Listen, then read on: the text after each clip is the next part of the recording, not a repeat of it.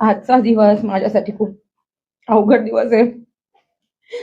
मला हे सगळं बोलत असताना माझा मागच्या 10-12 वर्षाचा संघर्ष आठवतोय.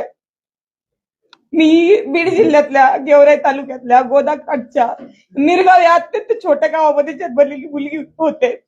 माझ्या कुटुंबाला कुठलीही राजकीय पार्श्वभूमी नाही. माझे वडील साधे ग्रामपंचायतचे सदस्य सुद्धा नाही. पण मी जे शेतकऱ्यांसाठी काम करत होते त्याच्यामुळे मला वयाच्या 21व्या वर्षी पंचायत समिती सदस्य म्हणून त्या ठिकाणी निवडून दिलं गेलं. आणि मला शेतकऱ्यांच्या वेदना कळल्या, कारण की मी शेतकऱ्याच्या पोटची होते म्हणून. त्यानंतर मी शेतकऱ्यांसाठी अनेक आंदोलने केले. माझ्या वयामधल्या सगळ्याच मुली असतील ज्या वयामध्ये नटत फुटत असतात, त्या वयामध्ये मी हे सगळं बाजूला ठेवलं. सकाळी एकदा आयुष्यामध्ये आरशात पाहिलं की दुसऱ्या दिवशीपर्यंत मी आरशात सुद्धा पाहायचे नाही. पण शेतकऱ्यांसाठी मी माझं आयुष्य झोकून दिलं. आणि ऐन तारुण्यामध्ये 5 गुन्हे माझ्यावर अंगावर दाखल झाले आणि खूप कमी वयामध्ये मला न्यायालयाची पायरी चढावी लागली. हे प्रत्येक कार्यकर्त्यांच्या आयुष्यात होत नाही.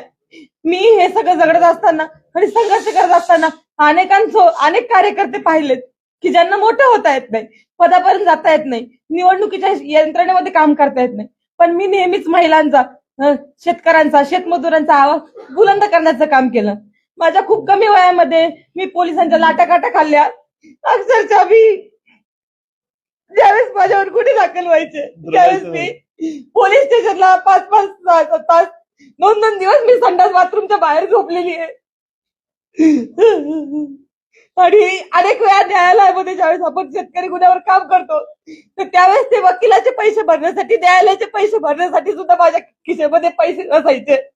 पण अशा परिस्थितीमध्ये त्यांचा आवाज बुलंद केला. माझ्या गेवराई तालुक्यातल्या कार्यकर्त्यांनी कधी माझ्याकडून वडापावची सुद्धा अपेक्षा केली नाही. मी बिनलग्नाची मुलगी होते. राजकारण घाणेरडं असतं असं म्हणतात, पण माझ्या बापाने एवढं मोठं दगड काळीच करून एवढ्या राजकारणामध्ये मला घातलं. पण मी सुद्धा तशी वागले आणि संघर्ष करत राहते.